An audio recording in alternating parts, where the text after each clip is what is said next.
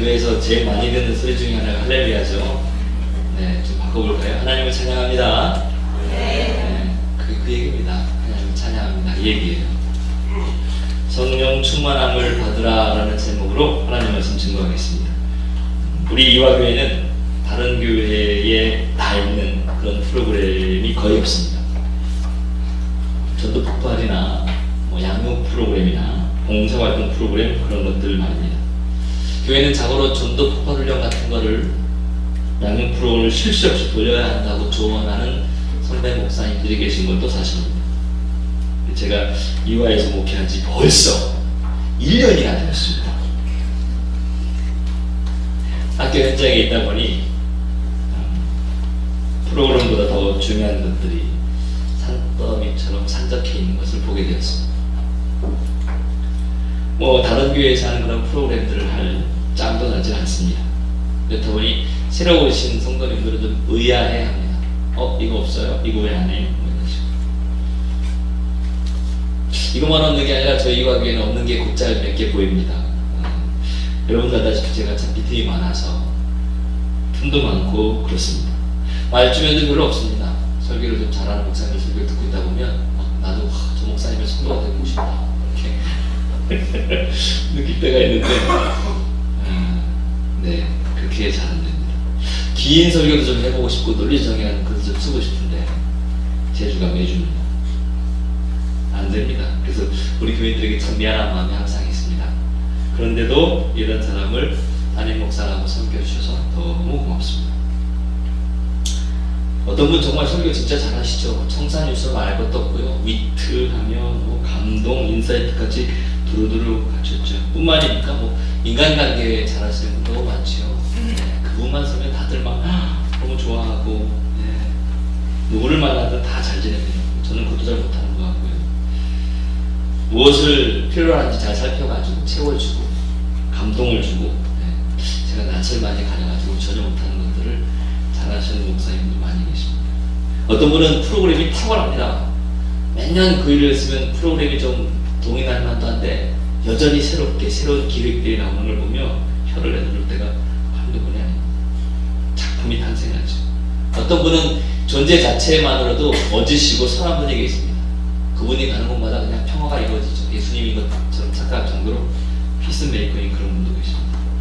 근데 제게는 그런 게 다 없습니다. 솔직히 보고 있고 함께 하느라면 부러운 게 되게 많습니다. 그래서 가끔 이제와 고백이지만 혼자만의 열등감도 느끼곤 합니다. 하지만 감사합니다. 왜냐하면 이 길을 저 혼자 가는 게 아니라 이렇게 능력이 많은 목사님들, 이렇게 좋은 성도님들과 함께 가기 때문에 상관없습니다. 하나님은 제게 여러분들을 허락하실 때에 사역의 대상을 넘어서서 동력의 대상으로 허락하심을 저는 알고 있습니다. 그래서 제가 마음을 좀 바꿨습니다. 몇 주 전부터. 여러분에게 여러분의 장점을 내가 좀 배워나가리라. 이렇게 마음을 좀 바꿨습니다. 그랬더니 보이는 것마다 다 배우고 싶더라고요. 우리 권사님들의 그 헌신, 노력, 와우, 집사님들의 기가 막힌 일들, 정말 다 배우고 싶습니다. 그래서 우리 이화교회가 참 좋습니다. 예배 시간에 아이들의 웃음소리나 울음소리가 어색하지 않은 교회가 우리 이화교회입니다. 운동장을 지나오거나 본문에서 오시면 언덕을 건너와야 되기 때문에 거친 숨을 내쉬며 혹은 코끝에 먼지를 이고 오시는 경우가 많습니다. 참 좋습니다. 우리 예배는 진중합니다. 가벼울 때 혹은 재미있을 때도 있지만 그렇게 가볍고 재미만 있지 않습니다. 예배는 진중합니다. 또 성찬은 늘 따뜻합니다. 제일 중요한 건 주일 점심은 타의 추종을 불허할 정도로 맛있습니다. 그 소문이 우리 성국반에게 갔습니다. 그래서 목사가 설교를 실패해도 사실 교인들에게는 변함없는 따뜻한 성찬이 있고 예배 전체의 감동이 도래진 한 주라도 점심은 늘 만나고 감사하는 것이기 때문에 우리 이화교회가 참 좋습니다. 우리 교회는 처음에 얘기한 것처럼 없는 거 많습니다. 부족한 것도 한두 개가 아니고요. 그러나 누구든 와서 밥을 먹을 수 있는 그런 교회입니다. 내 밥을 아낌없이 퍼주고 라면 끓일 준비가 언제든 되어 있는 그런 교회입니다. 지난주에 라면을 안 끓여서 다 얘기를 하지만, 어떤 교회는 교육이 강점인 교회가 있습니다. 어떤 교회는 봉사가 강점인 교회가 있고요. 어떤 교회는 전도가 강점인 교회가 있습니다. 그런데 이 모든 걸 다 해내리는 건 욕심입니다. 그래서 우리 이화교회는 우리 교회가 할 수 있는 거, 잘할 수 있는 거, 그거 집중하려고 합니다. 그게 우리 이화교회에 주신 하나님의 소명임을 저는 믿습니다. 물론 뭐 지나다 보면 언젠가 필요한 것들이 더 보이겠죠. 그래서 필요한 게 느껴지면 성도님들과 함께 논의하고 이야기하면서 천천히 채워나가면 될 것 같습니다. 우리의 모임과 예배라는 게 성찬을 통해서, 말씀을 통해서, 그리고 오늘 함께하는 이 쉼을 통해서 쉼을 얻고 위를 얻고 그냥 어렁더렁 살아가는, 그게 신앙 공동체가 아닌가 그런 생각이 듭니다. 사실 이화에서 사역 1년 하면서 제게 가장 큰 변화가 있다면, 제가 대하는 성도들이 주로 장년이기보다는 청소년이 되었다는 사실입니다. 그래서 예수님을 안 믿거나 모르는 학생들과 이런저런 이야기하다 보면 웃긴 얘기도 하고 재밌는 얘기도 하고 사탕도 주고 오해수도 주고 뭐 기타 등등 많이 하지만, 그렇지만 제 마음 한켠에 변하지 않는 마음이 뭐냐면, 저 친구 예수님 알면 더 행복할 텐데, 저 친구 좀 구원의 기쁨을 좀 누렸으면 너무 좋겠다, 뭐 이런 생각이 들 때가 너무 많습니다. 그래서 가장 처음에 드는 생각은 안쓰러움입니다. 왜 안쓰럽냐면 그냥 바동바동 애를 쓰는 게 보이니까. 애를 써서 안쓰러운 게 아니라 그 애씀이 떼어져 나가는 것이 보이니까 그럴 때가 많이 있습니다. 이야기하다 보면 생각 의외로 낮은 자존감, 열등감, 말할 수 없는 상처 담긴 학생들 보고 있으면 위로의 하나님을 전하고 싶은 때가 한두 번이 아닙니다. 그러다가 사실 소스라치가 놀랄 때가 있는데, 이런저런 얘기를 하다가 예수님을 좀 알려고 해주고 싶다라고 했는데 자기는 교회 다닌다고 얘기할 때, 그동안 교회 안에 수없이 많은 경험을 했음에도 불구하고 이런 놀라움에 도저히 익숙해지지 않습니다. 여러분, 신앙은 윤리가 아닙니다. 신앙은 도덕도 아닙니다.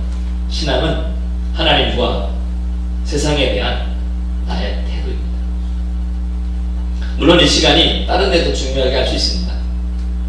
두 판 하나를 튕겨보면 다른 게 훨씬 더 귀하게 결과적으로 좋을 거다라고 여겨질 수도 있습니다. 아마 성급한 친구들 모르긴 몰라도 이 2시간이면 내가 연습을 한 번 더 하면 돌리면 2번을 돌릴 수 있는데, 내가 이걸 2번을 돌려 그래도 밥 주니까 참는다, 뭐 이러고 계신지 모르겠는데 우리가 정말 무엇이 중요한지를 한 발만 떨어져서 생각하면 이거 중요한 부분이 먼저 딱 나옵니다. 사실 성경이라는 게요, 어른들은 뭐 말할 게 없지만 청소년들은 이해하기가 어렵습니다. 왜냐면 성경은 그 시대를 살아가는 사람들의 이야기이지만 경험에서 우러난 고백이며, 또 그 나이가 예수님이 30이 넘어서 하신 말씀인데 어떻게 우리 청소년들, 중학교 혹은 고등학교 아이들이 이해하라고 이해가 되겠어요. 그래서 이런저런 얘기하다가 교회를 다니는데 뭐 불평과 낮은 자존감, 힘들고 어려운 것들을 얘기하면 막 얘기하고, 결론적으로 제가 뭘 얘기하냐면 이 얘기를 합니다. 성경을 이해하려고 하지 말고 성경대로 살아내려고 한번 해봐라. 그게 신앙이고, 그러면 그게 은혜가 되고 그게 성령 충만이다 생각해요.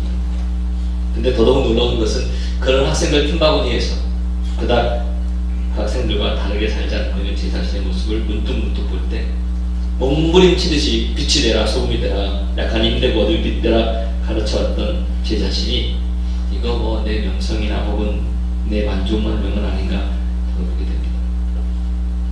이런 성처를 주신 하나님께 감사하고, 오늘도 예배 자리 가운데 말씀을 나누는 여러분께 다시 한번 권면합니다. 예수님 은혜로 사십시오. 하나님 말씀으로 사십시오. 진짜.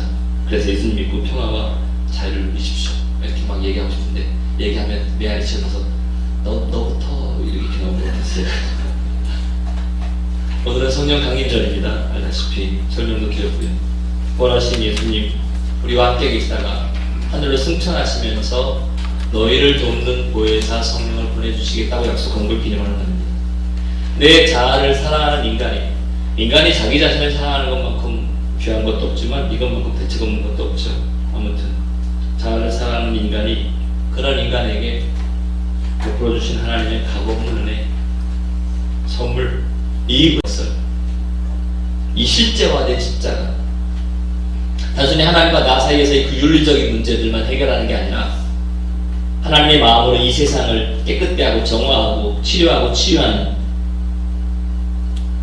그 부활의 기쁨을 우리에게 주신, 승리의 기쁨을 우리에게 주신 그 승리의 빙점 가운데 가장 처참하고 비참한 십자가의 죽음의 순간에 그 역사가 시작됐다는 그 이 엄청난 역사의 진리가 우리 기독교가 있는 이유입니다.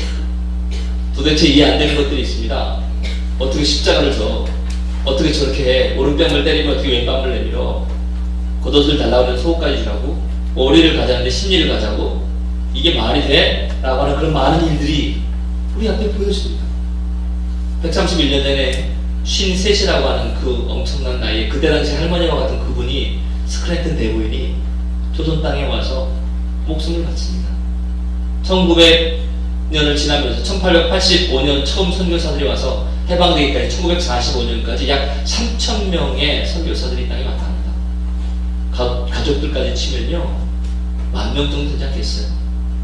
한 명당 아내 있을 테고 아이들도 있고 그러면 3,000명의 선교사들인데 그 3,000명의 선교사들이 다 자기가 살던 곳에서는 의사요, 교사요, 선생님이요, 음악가요, 간호사요 잘 살 수 있는 그 누구에게도 책자 필 일 없이 자기 혼자 잘 먹고 잘 살 수 있는 그런 사람들이었습니다. 근데 그들의 마음이 왠지 모르게 알지도 못하는 조선의 작은 땅, 조선을 향해서 동방의 작은 땅, 조선을 향해서 가게 했던 그 움직이게 했던 그 마음, 이게 성령 충만입니다.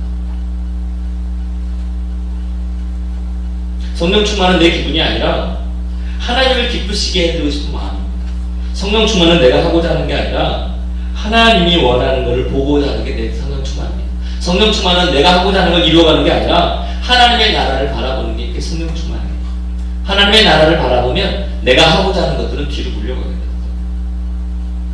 이 시대의 청년들, 청소년들 정작 하나님이 부르심 앞에 그저 교회에 좀 와서 예배드리고 띵가띵가 기타 치고 찬양을 부르다가 우리 하나님의 자녀입니다 찬양하고 나가서 그 정도의 개념이 아니라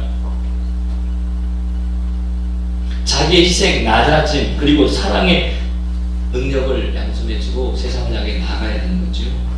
내 손에 못을 받고자 하는 내 옆구리에 창을 찌르고자 하는 세상의 가치관에 마땅히 당당히 맞서야 하는 그 힘이 우리 청소년들에게 있어야 한다는 겁니다.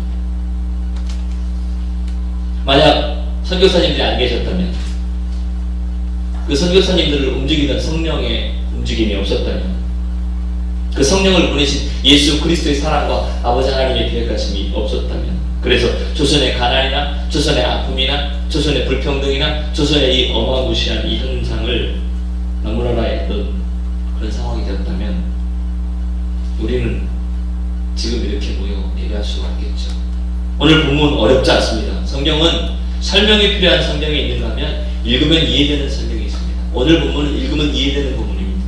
15절에 뭐라고 말하냐면 그러든 너희가 어떻게 해야 할지를 자세히 주의하여 지혜 없는 자가 자지 말고 오직 지혜 있는 자가 자라 이렇게 얘기합니다. 잘 살펴서 지혜 있는 자처럼 하라는 겁니다. 그 지혜 있는 자가 어떻게 하는 자냐면 16절에 세월을 아끼라는 겁니다. 세월을 아끼라는 겁니다. 그 세월을 아끼는 건 여러분이 잘 알고 계십니다. 무조건 24시간 365일 공부하라는 얘기 하는 거 아닙니다. 밥 먹을 때도 책 펴라는 얘기 하는 거 아닙니다. 세월을 아끼라는 얘기는 하나님이 내게 주신 그 세월을 하나님이 주신 의도에 맞게 사용하라는 얘기입니다. 그래서 17절에 그러므로 어리석은 자가 되지 말고 오직 주의 뜻이 무엇인가 이해해라. 하나님의 뜻을 이해하지 못하는 자가 어리석은 자라는 거지요. 지식을 많이 나누는 자가 아니라 하나님의 뜻을 이해하는 자가 어리석지 않은 자입니다. 이 하나님의 뜻을 이해하는 자가 어리석지 않은 자이고 하나님의 뜻을 이해하는 자가 성령 충만한 자이며 이 성령 충만한 자가 그래서 내 자신과 나를 보는 게 아니라 하나님의 나라를 보게 되는 거죠. 그래서 18절에 말합니다. 술 취하지 말라 이는 방탕한 것이니 오직 성령으로 충만함을 받으라. 성령 충만 만들라 하지 않으셨습니다. 받으라 하셨습니다. 성령 충만 채워라 하지 않으셨습니다. 받으라 하셨어요. 그러니까 성령은 오는 데가 있다는 거죠. 성령 충만은 오는 데가 있고 나는 받는 자라는 거죠. 어떻게 하면 받을 수 있을까? 간단합니다. 성경을 다 보니까 딱 4가지 길입니다. 첫 번째 뭐냐면 기도하라. 악한 자도 자식에게 좋은 것을 줄 줄 알거든 하물며 하늘에 계신 아버지께서 너희에게 좋은 것 성령을 주시지 않겠느냐? 기도하라는 겁니다. 그래서 이 성령 충만이 성령이 내 안에 있으면 안 되던 일이 됩니다. 용납이 안 되던 일이 용납이 되고요. 견뎌지지 못하던 일들이 견뎌지게 됩니다. 기도하라는 겁니다. 구하라는 거죠. 두 번째는 회개할 때 성경에 보면 성령이 임하는 걸 봅니다. 회개는 내 잘못을 내가 되돌아보는 겁니다. 아, 또 내가 이거 잘못했구나. 잘했구나, 잘못했구나는 기준이 있어야 되죠. 하나님의 마음을 보기 시작하는 거죠. 그래서 회개하면 성령이 임합니다. 또 세 번째는요, 말씀을 들을 때 성령이 임합니다. 지금 여러분처럼 이렇게 말씀을 들을 때에 아이고 내가 이거 잘못했구나, 아 이거 내가 고쳐야 되겠구나, 아니면 아 내가 이거 계속 이어져 나가야 되겠구나 라는 마음의 다짐, 이게 성령이 함께하지 않고 되지 않을 일입니다. 그리고 순종할 때 성령의 충만함을 하나님이 함께 해주시다. 사랑하는 우리 이화의 성도 여러분, 성령 강림절을 지나며 저는 여러분들이 좀 더 성령 충만함을 좀 경험했으면 좋겠습니다. 좋다 나쁘다만 이야기하는 게 아니라 경험했으면 좋겠습니다. 구하지 않으며 말씀을 듣지 않고 회개하지 않으며 어려워도 순종하지 않는데 어떻게 성령이 충만할 수 있겠습니까?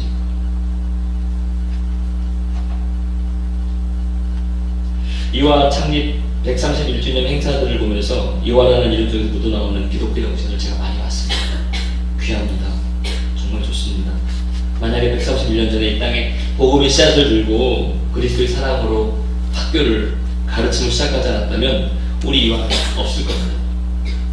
그러기에 더더욱 우리는 앞으로 우리 이화가 하는 모든 일들, 이화가 나가야 하는 방향성, 모든 것들을 단지 세상적 기준으로 명문고등학교에 취해 있는 것이 아니라 더욱더 하나님께 영광 돌리는 일들을 찾아야 하고 더욱더 시대에 맞게 하나님의 마음을 읽으려고 노력해야 합니다. 그게 안 되면 마치 구약의 사람들이 자신이 하나님보다 높아지려고 바벨탑을 쌓은 것처럼 또 하나의 바벨탑이 될 수도 있다는 사실을 우리 기억해야 합니다. 그럴 때에 어느부턴가 언제부턴가 우리의 삶이 아주 무음이 건드려졌습니다. 쉽사리 신비나 신앙적인 것들을 찾을 수 없게 됐습니다. 너무나도 뻔하고 다 그냥 그럭저럭하고 비단 나 혼자만의 생각이 아니라 감격도 없으니 감동할 만한 일도 없고 다 시들시들해 버렸습니다. 새벽의 신비함이나 황홀감도 혹은 가슴에 벅차오르는 시원한 공기의 짜릿함도 하나님과 기도하고서의 만나던 그런 하나님과의 회고도 그리고 기도하고 나서는 느꼈던 그 든든함이나 감사함이나 이런 맛 잊은 지 오래입니다. 감사한 것이 당연한 것이 되어버렸고요.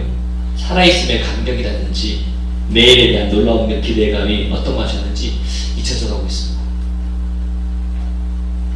이런 분위기가 우리 신앙에도 돌아버렸습니다. 성경은 말하는데 가슴에 남지 않습니다. 귀로 듣고 버려버립니다. 아니 들으려고 하진 않습니다. 난 피곤하니까, 난 힘드니까 여기까지 왔으면 됐지. 적당한 선을 하나님이 그는 것이 아니라 자기가 그어버립니다.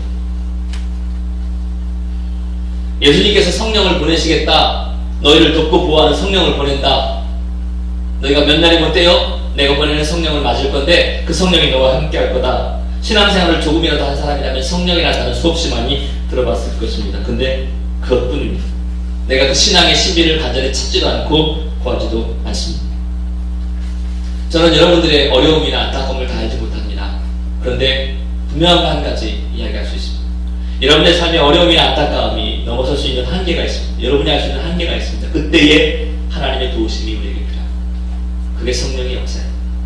성령의 역사는 혀가 돌아가고 눈이 뒤집어지고 쓰러져서 벌벌 떠는 것만이 성령의 역사가 아니라 내 마음으로 감당되지 않는 일이 어느 순간에 감당이 됩니다. 내 머리로 이해되지 않는 일들이 어느 순간 이해가 됩니다. 내 손과 발이 움직이지 않던 것들이 움직이기 시작합니다. 나는 힘들고 어려워 죽겠는데 견뎌낼 힘이 어디서부터 피어오릅니다. 나 혼자 살기도 힘들었는데 하나님의 말씀이 기억나기 시작합니다. 이게 성령의 역사입니다. 민수기에 보면 모세가 힘들고 지쳐있는 모세에게 하나님이 안타까워 부르짖는 모세에게 답을 주십니다. 너무 힘드니까, 나 혼자 못한다고 하니까 하나님이 답을 주십니다. 뭐라고 답을 주냐면 민수기 11장 16절에 여호와께서 모세에게 이르시되 이스라엘 노인 중에 내가 알기로 백성의 장로와 지도자가 될 만한 자 70명을 모아 내게 데려와 회막에 이르러 거기서 너와 함께 서게 해라, 이렇게 얘기합니다. 결국 성령의 충만함이란 내 안에서 나오는 게 아니라 하나님에게서부터 나오고 그 하나님에게서 나오는 것이 동역하게임으로 이어진다는 거지. 잊지 말아야 합니다. 여러분, 성령 충만하다는 건 내가 아무것도 안 하고 있는 거 아닙니다. 내가 아무것도 안 하고 있는 게 성령 충만한 게 아닙니다. 시편 127편 1절에 보면 여호와께서 집을 세우지 아니하시면 세우는 자의 수고가 헛되고 여호와께서 성을 쳐서로다 그랬습니다. 우리가 집을 짓지 않으면, 우리가 성을 지키지 않으면 의미 없습니다. 그러나 애쓰고 수고하며 집을 짓고 성을 지켜야 하는 건 맞지만, 그러나 자신의 수고와 자신의 노력만 신뢰하는 건 이건 성령 충만이 아니다 이겁니다. 참신함은 자신의 수고와 자신의 노력, 거기에다가 하나님의 도우심까지 구하는 것, 이게 진짜 신앙이라는 거죠. 우리 이와비도 그렇습니다. 어느 한두 사람이 이 일을 다 할 수 없습니다. 그래서 무던히도 우리 이종희 목사님께서 짐을 나누어 지자, 타자를 위한 삶을 살자, 그렇게 외치셨는지도 모르겠습니다. 그래서 속장도 나누고 교사도 나누고 그러는 겁니다. 여러분, 제가 맨 마지막에 축도할 때 기억나세요? 이제는 우리 주 예수 그리스도의 은혜와 아버지 하나님의 크신 사랑하심과 성령의 감화, 감동, 놀라운 역사하시고 인도하십니다. 성령이 감화시키는 겁니다. 내 마음 감동을 시키고, 그리고 놀라운 역사와 인도하심. 나는 모르겠는데 어떻게 해야 되지? 모르겠는데 나를 이끌어가시는 이런 거, 이게 성령이 하시는 일입니다.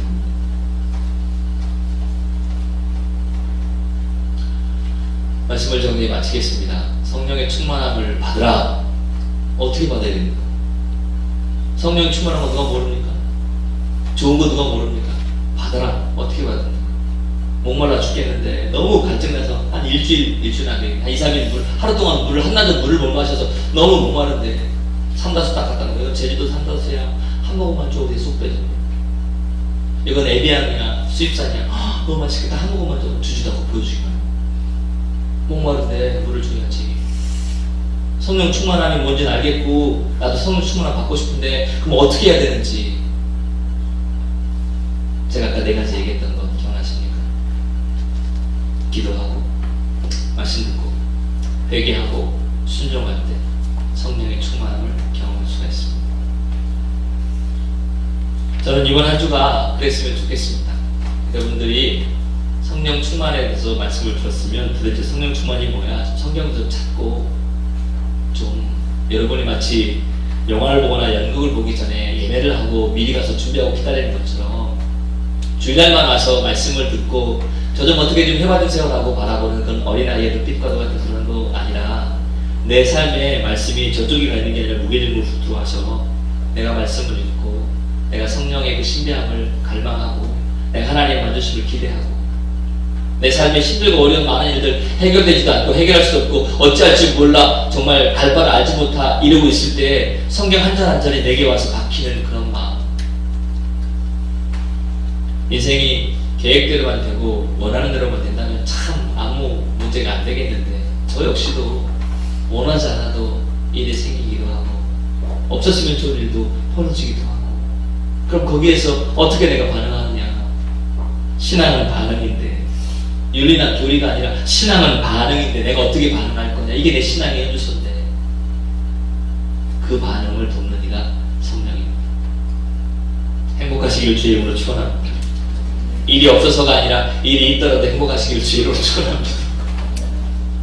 너무너무 행복해서가 아니라 힘들고 어렵지만 나를 위해 십자가를 죽으시고 부활하신 예수님, 나를 참 많이 사랑하시는 그분, 나를 위해서 아낌없이 다 주신 그분들만 생각하면 가슴이 먹먹해지는 이런 은혜와 도우심이, 그래서 하늘나라를 바라볼 수 있는 이 성령의 능력이, 하나님을 기억할 수 있는 성령의 능력이, 그리스도를 경외함으로 피차 복종해서 성령 충만함을 누릴 수 있는 그 은혜가 저와 여러분과 특별히 우리 이화위에 함께 할 수 있게 주의 이름으로 간절히 축원합니다.